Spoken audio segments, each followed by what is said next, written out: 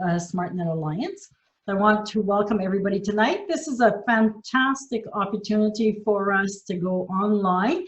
When Nick and I were talking about it a few weeks ago, we're saying, okay, what are we going to do with green drinks? You know, it's probably not going to go. Do we just cancel, whatever? And then we said, hey, perfect opportunity to try this on Zoom. So this is our first experience with a large group. We're used to doing Zooms with, 10, 15 people, which is fine. So please be patient if there are any technical problems that are coming up. We're just gonna have to deal with it as we go. And I'm hoping that we have experienced people in the crowd that can help us should we need to. So, hopefully staying home and we're all safe and that there's nobody in our families that are affected or impacted with this disease. It's quite drastic. So we'll just keep on going. So for, as I said, we work, Nick and I are at SmartNet Alliance. So the Alliance is a group of members who work together, who collaborate together on projects and initiatives to accelerate Canada's transition to a sustainable economy. So we do have some of our objective is to have members work together on projects, and we currently have members that are working together on projects, and it's just developing the new technologies, moving the industry forward as best as we can, coming up with new innovation. So if you know a little bit more, I'm going to suggest that you go to our website, which is www.smartnet.com. Yay. Yeah. And we'll put that in the chat box before the end of the evening. And then we've recently also, if you go to our website, you can go to the members page. You'll see our members with their profiles. You can see who's there. We've recently added business courses. So if you go to our resources page, if you have some time on your hands, you want to look at, how to start a business, what you need to do. We have business courses. And then we also have, of course, our membership page. So we have 3 different levels. So if you're interested in that, you can take a look at the membership page. And of course, if you have any questions, Nick and I are available. You can send us an email. That's on the website also. Many of you already have that. I want to thank, because we were able to go online, it was also a great opportunity to invite the rest of Ontario. And that's what I did. I reached out to every other chapter there is in Ontario and said, hey, we're going online. You are quite welcome to come and join us so that we can grow this community. Nick and I figure we're going to be doing green drinks online for May and June for sure, as the foreseeable future, and who knows what may happen this summer. So we're going to continue that. So we'll have, again, in May and June, we'll have different guest speakers with different topics, which is always very interesting. So everybody that's coming from Ontario, a Green Drinks chapter that is not Ottawa, welcome, and thank you for coming here tonight. So as we said, I should say, for those of you who don't know Green Drinks, just a quick thing, it's Green Drinks is an international event that is hosted once a month in about 500 chapters worldwide. You have some all over the world. If you want, you can go to greendrinks.org and it'll show you all the chapters that are there. And they're not always all active, because even in Ontario, I had a few places where there hadn't been any activity, but I know people do the best that they can with what they can. But if you're traveling, when we can get back to traveling, if you want to go to a Green Drinks in another chapter, like in Toronto, Jim Lord is the representative, the host for Toronto. Their Green Drinks is very different than ours because it's a very, very large group. It's getting up to 150 and 200. So it is in the bar, but it's totally networking and social. We in Ottawa do a speaker every month, and we vary between 50 to 60 people. We have grown that from about five or seven people 5 years ago to now to our current 50, 60 people. So it's, for us, it's an awesome success, and we love it, and it works out very well. There's all kinds of connections that are being done. We've met a lot of our members there. They've come on board. We have found a lot of expertise in our speakers at our green drinks when they come out every month. So it's a really, really nice event to go to, a nice place to go to when you want to talk anything about sustainability, green energy, anything that is in that industry. It's really good. And then we have our representatives from the Electric Vehicle Council of Ottawa. So Raymond is here. So we have a whole table. When we're at the Fox and the Feather, we have a whole table dedicated to electric vehicles. So it's always nice when people are looking for information. I see Matt Eglin is here from EVCO. So again, welcome everybody. And now let's get on with our guest speaker. So Sharon Coward is the Executive Director of EnviroCentre here in Ottawa. Her work focuses on creating strategies to engage local residents and businesses towards significant climate action to drive a sustainable low-carbon transition. She has a keen interest in the intersection of energy policy and sustainable development and the practical implications of each for our local communities, both today and for future generations. Sharon is an Ottawa native and is committed to supporting local initiatives to work toward a collaborative vision for sustainable national capital region. Sharon will be talking about how to make the green economy work for you and your place of business. Sharon, it's all yours. So Vita, I don't know if you want to, Vita, if you want to share your screen. Yep, I'm just going to share my screen now, so just bear with me 1 second. And in the meantime, as Nick has mentioned, if you have any questions as we go for the presentation, you can put them in the chat box and we'll take them up at the end. All right. Thank you. Thank you, Vita. Looks like you're good to go. So Vita and I are tag teaming, and so I will be old school and saying things like change slide. We were going to do a signal, but that got a little silly, so I think we'll just go with the change slide. Can everybody hear me? Any issues there? So you know, none of you can answer, so I'm going to hope someone will let me know. All right. Well, let's forge ahead. So thank you everybody for logging on to this first virtual green drinks. This is a lot of fun to be here. I'm going to talk for a few minutes about the green economy today and how it applies to local businesses and communities. I guess I need to change my own too. As Raymond mentioned, I'm Sharon Coward. I'm the Executive Director of EnviroCentre. For those of you who don't know us, we're a nonprofit environmental organization located here in Ottawa.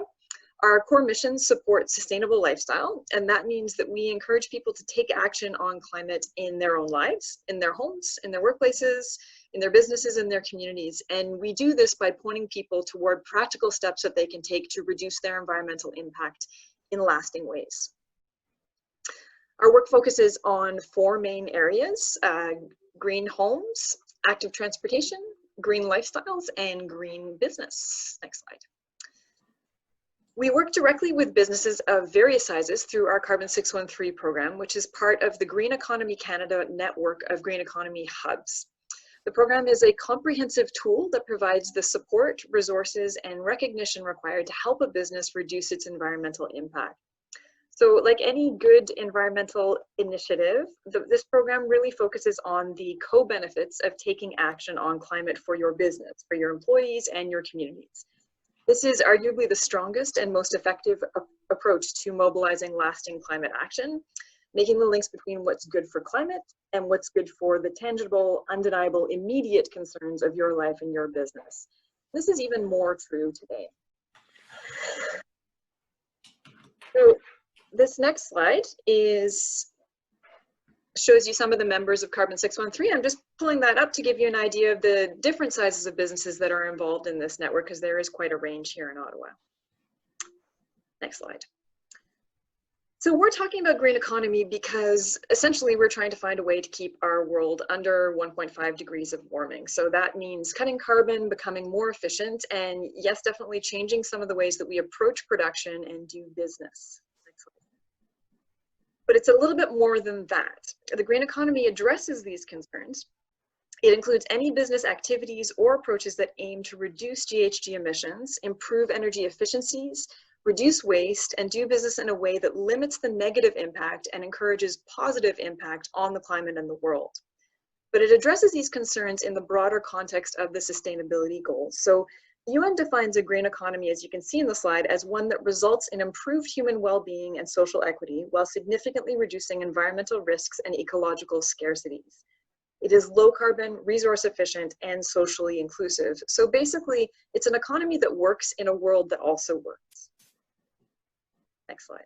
We're just going to quickly review our emissions targets. I'm sure you're all familiar with them, but just to set the context. So to stay safely under 1.5 degrees, which is considered the limit to avoid catastrophic warming, pretty much all levels of government and scientists agree that we must hit net zero emissions by 2050 and be 70% of the way there by 2030.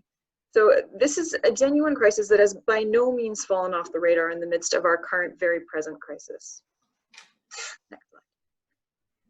So an economy for 1.5 degrees is low emissions, heading to net zero by 2050 and well on our way by 2030. And ideally it is net positive. So not only stopping carbon emissions, but also managing to pull carbon from the atmosphere to make up for lost time. And of course it has to work on all the important levels for a sustainable, thriving human society and a thriving natural world.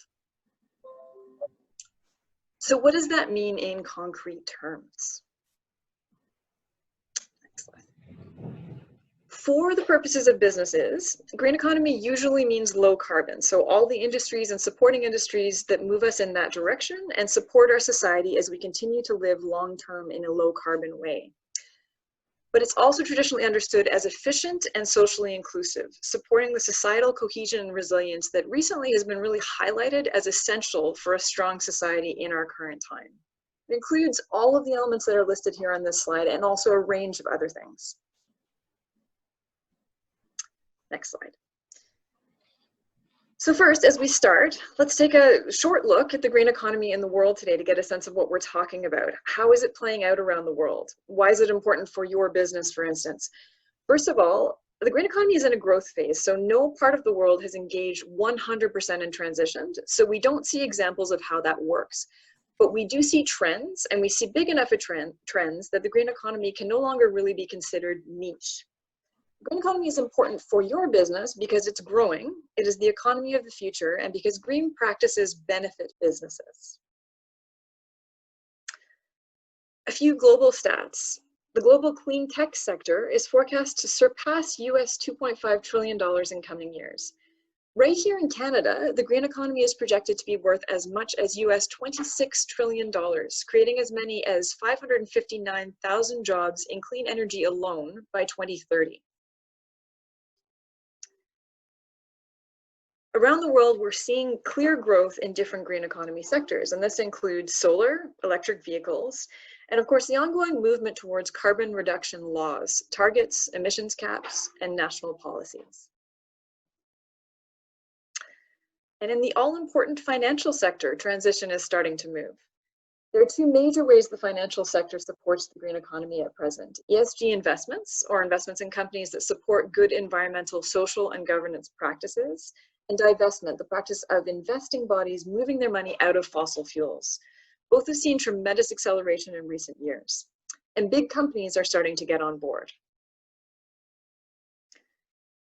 Big companies are making big green moves, and you see this sort of thing in the news pretty much every day. IKEA recently announced its intent to be climate positive by 2030. In January, Microsoft committed to being climate negative by 2030. In September, Shopify committed to create a sustainability fund, which will work toward, among other things, powering 100% of their operations by renewable energy. And businesses are doing this because they care, but they're also doing this because they believe in the economics.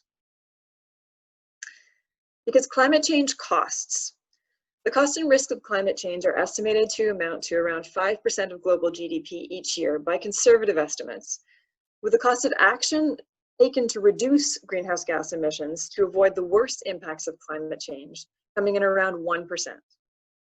In Canadian terms, climate change could cost Canada from $21 to $43 billion per year by 2050. Green economy is better business. The stats indicate the green economy is Canada's best chance at success. And interestingly, this has not significantly changed in the current health and economic crisis that we are living. The principles of green economy are, not entirely surprisingly, based in strong sustainable practices and a long-term outlook that values the overall health of our society. That means in many ways, the case for green economy is even stronger today than it was 2 months ago, and there was always a strong case. For Canada, this is partly because we are well positioned to thrive in the global green economy and build a strong internal economy.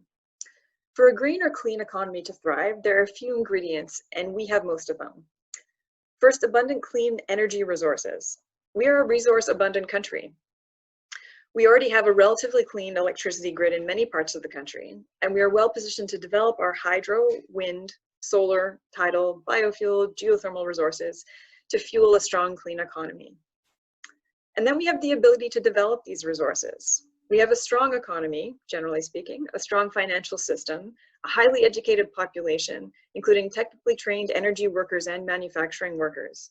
This supports our ability to move these potential resources toward being actual resources. We have an educated population. We have the technical know-how and trained workers to get all of this development work done, and also to innovate to develop cutting-edge technologies to advance development. We have a strong construction industry. Transitioning to a clean economy means lots of building, new buildings, retrofits, energy infrastructure. Here in Canada, we have a strong, skilled construction sector which is well positioned to grow. Innovation in clean tech. Canada is already a leader in this area. Here in Ottawa alone, we have over 240 clean tech companies. Clean tech is supported by the federal government and staffed through highly educated and trained Canadian workers. Despite being a small country in terms of population, Canada had 12 companies named on the Global Clean Tech 100 list in 2019. We have a strong ethical governance system. Green economy works in part because the market failure that is climate change is corrected by legislation. This doesn't work if you don't have a strong government and rule of law. Our laws and compliance is internationally trusted and comparatively strong, setting us in a good position to develop a trusted, guaranteed green economy with checks and balances that ensure that our green products and services are legit and not greenwashed. Plus, of course, we are starting from a relatively strong place, and admittedly, the world is in a crazy economic place right now, but nevertheless, our starting point was relatively strong, and we have the opportunity to plan, perhaps uniquely in this present moment. Next slide. And then, of course, there are the risks associated with not engaging with the green economy. The facts are, if we want to keep our planet healthy and stable enough to grow food for our populations in 2050 and beyond 2050, oil and eventually gas must be on the way out. So we need to plan. Planning for transition allows for retraining, for scheduled wind downs, development of new industries to replace the old. It allows us to choose to invest in industries that will grow rather than pouring investment into what could become stranded assets. That takes time, and it works best with a competitive edge, so sooner is better than later. Canada's economy is relatively strong, and Canadians are definitely relatively well off by global standards, but countries don't retain that status by digging in and refusing to change with the times. Green economy is coming, and we need to get on board or lose out. The green economy also dovetails well with resilience planning and some of the key social safety nets that support a society resilient against crises such as the one that we're currently living through. You're on the right slide. That you can go back. Thank you. And of course, the green economy comes together with a host of co-benefits in terms of health, resilience, and other factors. With respect to health, something that is on everyone's minds very much today, it's estimated that the impacts of pollution alone on the health and well-being of Canadians amount to at least $39 billion per year through healthcare costs. Furthermore, our all-important health facilities can be further bolstered and supported through the cost savings achieved through effective energy retrofits and efficiency upgrades. For example, part of McGill University's Health Centre is a twice certified LEED Gold facility that achieves savings of approximately $2.5 million per year. And this is money that goes back into effective health services for all. And if we want to tie all of this into the present moment, a good way to make the link is to go back to the 2008 financial crisis and look at some of the examples of how governments approach dealing with that time in the economic crisis. In that crisis, one example, 80% of South Korea's stimulus package was directed to green measures, and GDP growth in that country rebounded faster than the rest of the world. There's a demonstrated case for moving in this direction.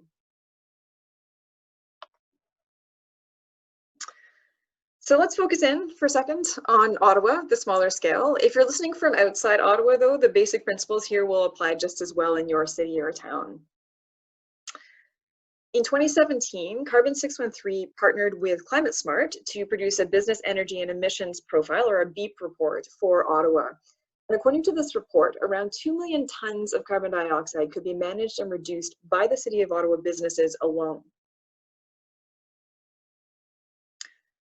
This might be the most important number for a lot of businesses. On average, businesses save $397 per ton of CO2 reduced. This means that there is a good economic case for cutting carbon.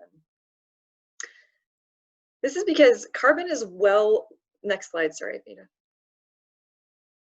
Actually, the next one. Thank you.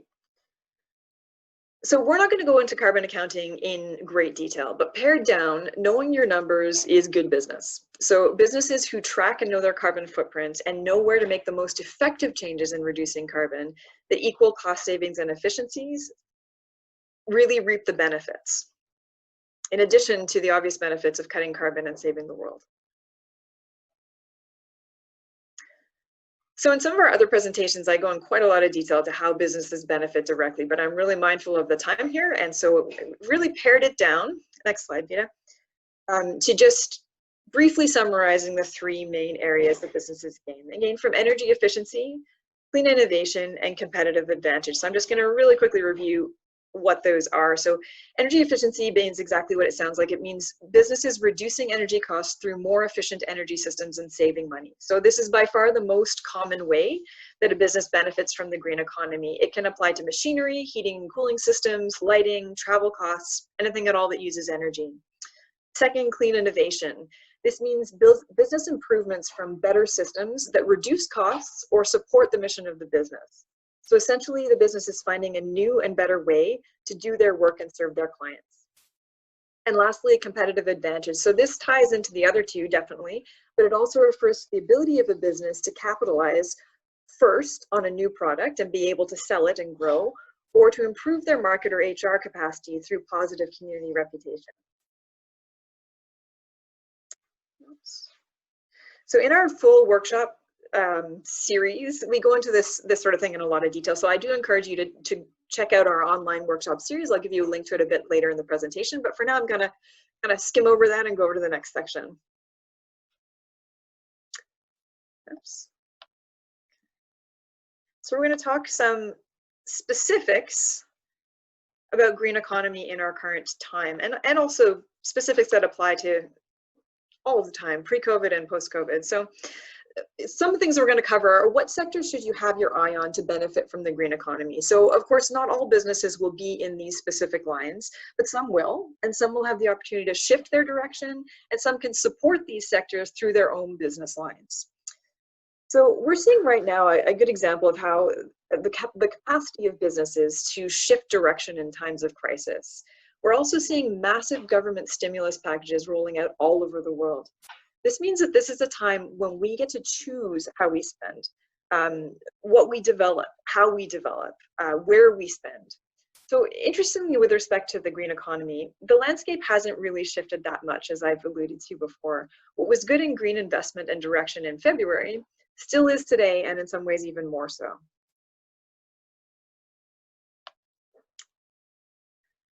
So first, if we want to focus on some growth areas in green economy, definitely move towards renewables. So renewable energy is unquestionably an essential piece of the green economy, and it's also a really good economic bet. From a purely low carbon perspective, to meet our targets, we essentially need to electrify everything and move to 100% low carbon electricity. We need to become enormously more efficient in our energy use to make the above two things that I just mentioned possible. They're real simplification, but it gives you a general sense. This means massively scaling renewable energy by anybody's count. So here in Canada, renewables currently provide about 17% of Canada's total energy supply. Everything else is carbon producing or non-renewable. So that means moving towards a sustainable under 1.5 degree warming world, there's going to be massive growth in renewable energy business. This growth is already happening locally here in Ottawa, in Canada, and internationally, but it is set to increase. From a post-COVID-19 perspective, in a time where there are government stimulus packages being proposed and rolling out, renewable energy is a good investment. Aside from helping us meet our climate goals, which of course is important, government investments in renewables have a strong track record in terms of stimulating the economy and creating jobs. Renewables also increase local energy generation capacity, improving energy security and local grid resilience, even down to the micro level of the home. And then of course, they do also address our long-term climate goals. We're right now dealing with, really in summary, 3 concurrent crises: a health crisis, an economic crisis, and the ongoing climate crisis. And lucky for us, the solutions to each of these crises can work together. Oops, I think I'm not going to talk about that. Oh, no, I will, since the slide is right up in front of you. So this is a slide from the World Resources Institute, and it illustrates the efficiency of different sections of the 2009 Recovery Act spending in terms of job creation. So if you take a look at the top bar in this picture, it's for renewable energy generation. Investment in this area has been proven to be a strong job creator, and it's specifically demonstrated through government stimulus package spending. So this has been tried before and it has worked. So second major area of the green economy to keep an eye on is electrification and retrofitting. So let's take a second to talk about the pre-COVID-19 reality. So before March, and I guess a little bit before, the Government of Canada was already talking about supporting energy audits and retrofit financing to support mass-scale residential and business retrofits. Put this in context, here in Ottawa, the built environment, and this means buildings generally, is responsible for 45% of local emissions. And this is a pretty similar level across Canada. To approach our climate goals, we must reduce these emissions dramatically. To provide more context, let's look at small residential buildings alone. So first, it's important to know that in 2050, when we want to be net zero, 60% of the buildings standing today will still be standing. So everything else, all of the new buildings, can be addressed through new building codes and standards, at least theoretically, but these ones we're talking about will be old buildings, and that means to get them energy efficient, they need to be retrofitted. According to City of Ottawa studies, to reach net zero in the region by 2050, we'll need to retrofit 90% of today's existing buildings. In the Ottawa context, that's around 15,000 homes per year, and that's just homes alone. This is a huge growth industry. Post-COVID stimulus packages could actually help here. Retrofits create good jobs and support the economy in long-term diverse ways. And as anyone who works in this area knows, which EnviroCentre does, they require some encouragement to see serious uptake, especially when talking about deep retrofits. Next slide. Focusing stimulus spending in this area could create some of the above benefits, and the upside of deep retrofits is resilient buildings.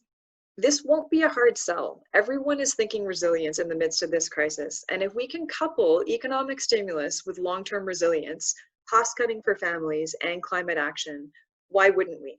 And either way, this is likely to be a strong growth market in coming years. Third, infrastructure. So how do we contemplate building back a strong, better economy post-COVID-19? Government stimulus packages often focus very rightly on essential infrastructure, expenses they would incur in normal times, but maybe not as rapidly. And as it happens, one of the key areas of growth for the green economy is also infrastructure, of course, effectively transitioning our country and world from a fossil fuel-based energy infrastructure to a low-carbon infrastructure. This was already in the works, focusing on some of the key areas listed in this slide. Well-focused stimulus spending could address some of the key system needs coming clearly to light in this crisis, in the midst of it, and position us well for future crises, massively accelerating our climate action, all the while creating good jobs. So we're going to go back now, although Peter, you're going to go forward to that previous slide. So this slide, it's the same stimulus package. These are largely infrastructure investments. Energy generation, energy efficiency, which can be considered an alternative to energy generation, transit, energy grid. They are clean infrastructure investments that also create jobs. And of course, experts are already talking about bolstering local manufacturing to support economic rebound, and specifically clean economy manufacturing. For example, electric vehicles, charging stations, renewable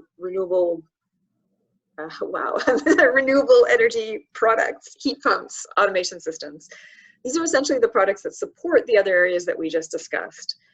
Again, this slide hasn't changed since presentations that I've given before our current climate. This sector was already very well positioned to grow, and well positioned to grow specifically here in Canada, where we are already seeing thriving manufacturers of electric buses, clean fuels, mass timber, and more. With added stimulus, this sector could get an additional jump to move into high gear. And of course, there are already many more examples of businesses thriving in the green economy and other supporting sectors. Businesses that were forecast to grow pre-COVID-19 and could grow similarly or more with targeted sustainable stimulus spending. This slide pulls out a few examples, but there are many more. If we embrace the green economy, we stand to receive many local benefits, both as small and medium-sized businesses and as a region as a whole.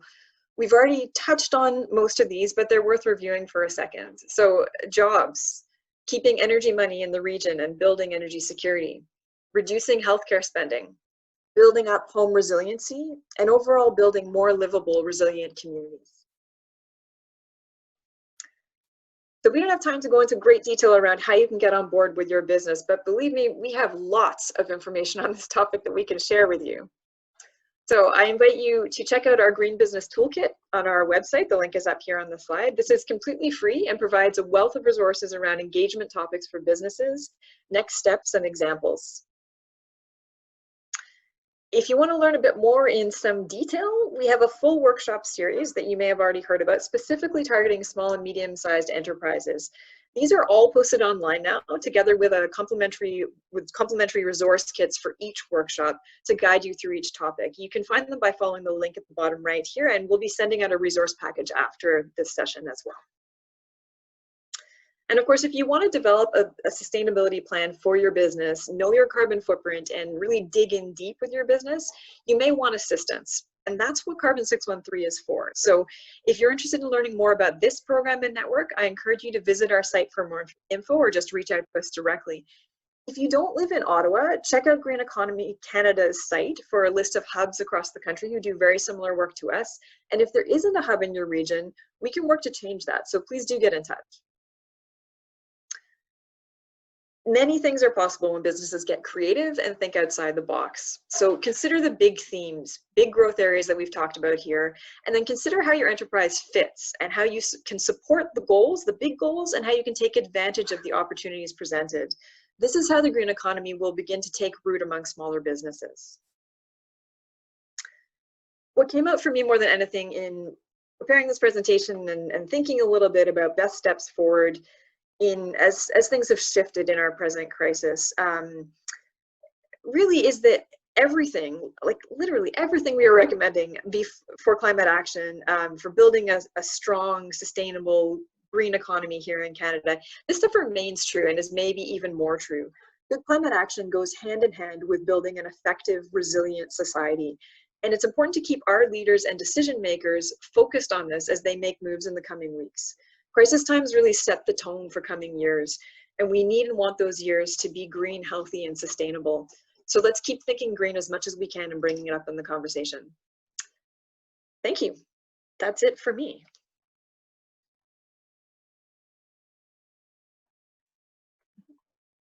Thanks so much, Sharon. What a fabulous presentation.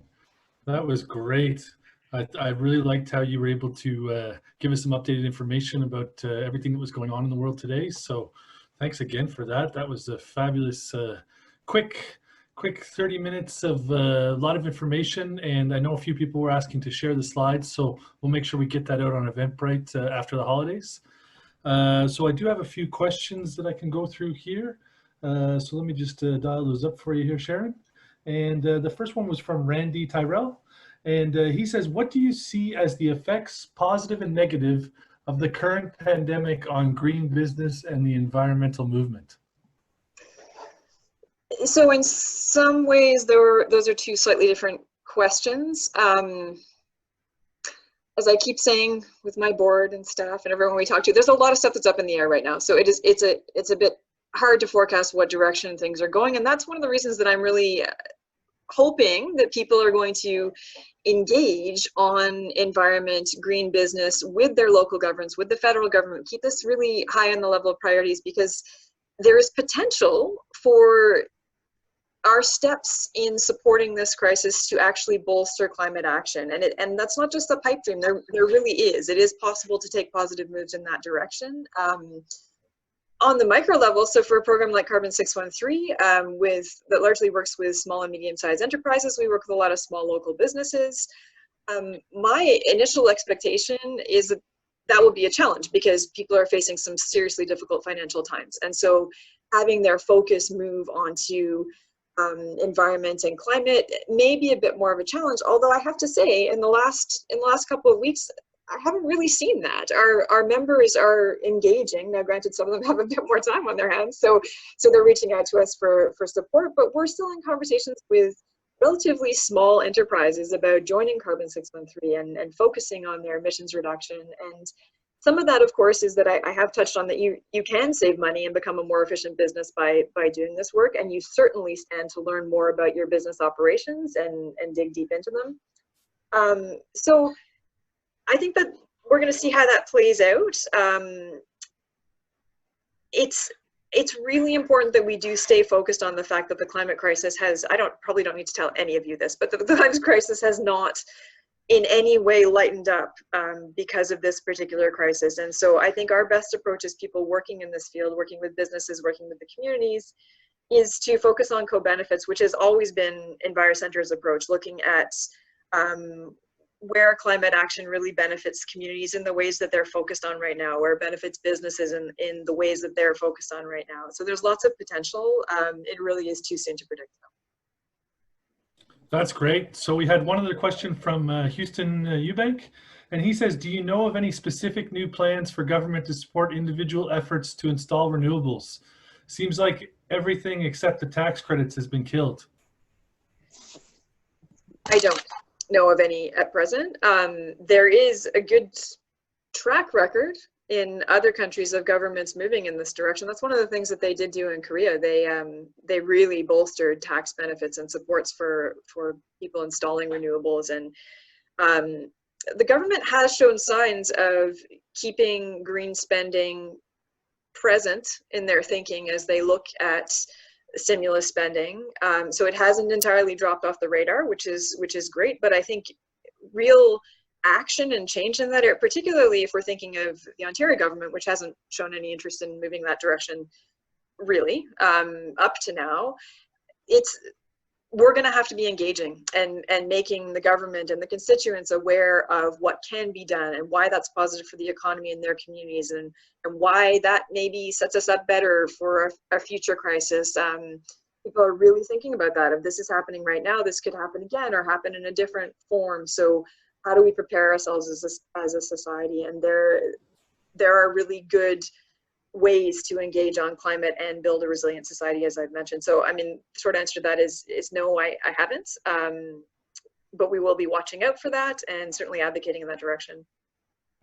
Great. We've just had a question from Chris Meacham of Switch Energy, and he says, Sharon, do you have any suggestions on how homeowners can do DIY projects to reduce their carbon footprint while at home for the future? We all have more time on our hands. Do I? So I do. I'm not going to actually get into them because that's a pretty long topic. But one of the things that we're doing at EnviroCentre right now is we are pivoting our resources to produce some engagement tools that can be offered online, and that includes specifically that engaging with homeowners, providing tips and information on what you can do in your own home while we're all at our homes, right, to engage in this area. So yeah, we already have a lot of information on that. It's part of what we do, but we're going to be rolling out some more accessible tools to engage people in that area for sure.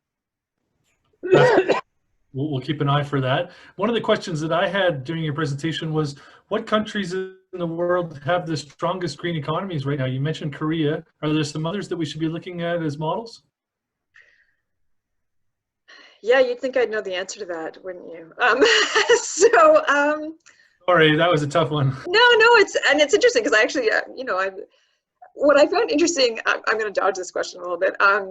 When I was originally writing the workshop around green economy, I was originally looking for some examples of economies that have really employed this. So Costa Rica is a really popular example of economy that really dramatically transitioned off fossil fuels. Their story hasn't been a perfectly smooth journey, but they have some great examples. There's not surprisingly some Scandinavian countries that have some great examples of initiatives that they're taking. But what really jumped out at me is that there is no green economy. There's a green economy, but there is no national example of an economy that's really transitioned. And that's something that I would have expected to, as myself, already know. And it really hit home looking at this presentation. So looking at sort of at the trends. So there are lots of examples of initiatives that are really successful, sections of the economy that are really thriving, countries that have benefited in certain sectors of their economy from moving to the green economy. But yeah, I mean, I'm going to take this away and go and look again because I haven't looked it up for a little while. But there aren't any obvious examples of countries that are just forging ahead and taking it on 100%. There may be people in this session that actually know the answer to that and are just grating their teeth at me right now. So if you do, please pop it in. We'll use the chat for that, guys. We've already been doing some good sharing. Oh, there we go. There is one, yeah. Got one notification from Jason over at the Greater Ottawa Home Building Association. He's just wondering if you can confirm something. He's asking, are 60% of all homes in 2050 already built, or 60%, or only 60% of homes now built will be standing in 2050? The latter. So 60% of homes standing in 2050 will be ones that are already here today. And so of the homes that are here today, the estimate is that we need to retrofit 90% of them. So a certain section of the homes that are standing today are actually already quite energy efficient, and they will also still be standing. So that's basically the stat. That's fantastic. So everybody, we still have time for one or two more questions if people want to put it in chat. I just want to mention a lot of our SmartNet Alliance members are already working in this economy as far as retrofits. So, take a look at our member page, and I'll post that on the chat shortly here to see, people working in solar, innovative new ideas and things like that. So renewable energy, all that kind of thing, it's out there. So do reach out to our members. All their contact info is on our member directory as well. Sharon, I'll maybe leave you with one last one. What do you think we can be doing, Canada-wide to really help strengthen our green economy that we're not doing right now? So just to risk diving headfirst into a really political area, I think we really need to be considering moving away from our fossil fuel based economy in the western part of the country. And I don't mean that, I mean, obviously right now there's other reasons to be looking at that, but that doesn't come as a surprise to anybody. That's what's happening right now is one predictable outcome of the world economy, and it was always a clear possibility of something that could happen to our oil industry. So I think that's tremendously important because planning transition for that economy. Now I get it that it's not simple, and if oil companies and business folks and the actual people who live in those regions don't want to transition, it becomes a whole thing. But it looks to me and to many others like that industry, particularly the Canadian version of it, is on the way out. And if we don't plan for it, then we risk really setting those folks in those regions up for some serious problems. And we have the opportunity to look at that now, to plan, to work in those regions and move towards green economy deliberately in those regions, transition some of those skilled workers to skills that can apply to the green economy. So I think that's tremendously important. And it's a huge political issue here in Ottawa. In Ottawa, yes, but in Canada, it matters very much to our political system, who gets into government, to the unity of the country, as well as mattering a lot for our climate goals. So I think that's a really key area. That's great. So I just had one more question from Darren, so we'll fit one last one in.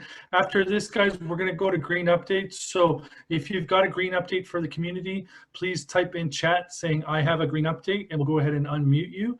If you're one of the people who aren't on our screen, 50 plus, then go ahead and put your green update onto the chat, and I'll make sure everybody knows. I also just shared all the links there for the EnviroCentre toolkit, as well as the workshops that you can do from the comfort of your home. So the last question from Darren was, what is going to drive the emphasis from the bling type items in our reno to more energy retrofits? I guess he's thinking, you know, countertops and all that kind of thing. So what's going to get people, you know, excited about these energy efficient retrofits?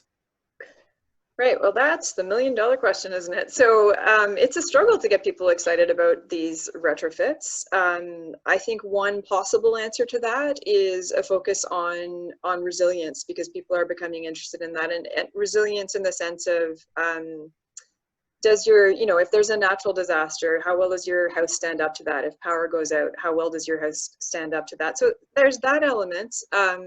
People are becoming, generally speaking, at least they were, more conscious of climate goals. And we're at EnviroCentre, we're getting more interest in doing retrofits and looking at retrofits precisely for climate action goals, which was not really the case in the past, not anywhere near as much. It was to save money. That remains a really important thing. And so that would be the final part of that answer, is I think developing an approach to a serious, deep energy reduction retrofit and carbon reduction retrofit that is a good cost case. And at EnviroCentre and with some of our community partners, we really think that we are getting close to that. That there are examples of people who have been able to do retrofits that didn't involve tearing their house entirely apart and having to move out of it for 3 months, that are resulting in massive carbon emissions reductions, as much as 90%. And even some cost savings, and that's even in Ontario, where switching to electricity is a bit of a hard sell in many cases. So really, I think that that's the key, getting to the point where we can make a good cost case for a retrofit that dramatically reduces emissions. And then there are some other co-benefits to it, like you might be living in a home that is actually more comfortable for a variety of other reasons. So I think that's a big part of it. It's still a bit of an uphill battle right now, but I think we are getting there. Absolutely, you know, that's something to highlight, and you know, hopefully what's going to come of all this is a little bit more conscious living, and you know, really building things towards meeting our target goals in 2030, 2040, 2050 and beyond, right? So thanks so much, Sharon, for such a great presentation. Like I said, we'll get the slides from you and we'll get that out to everybody on Eventbrite so everybody can take a look. We're going to move into green updates now. I know there's a couple people who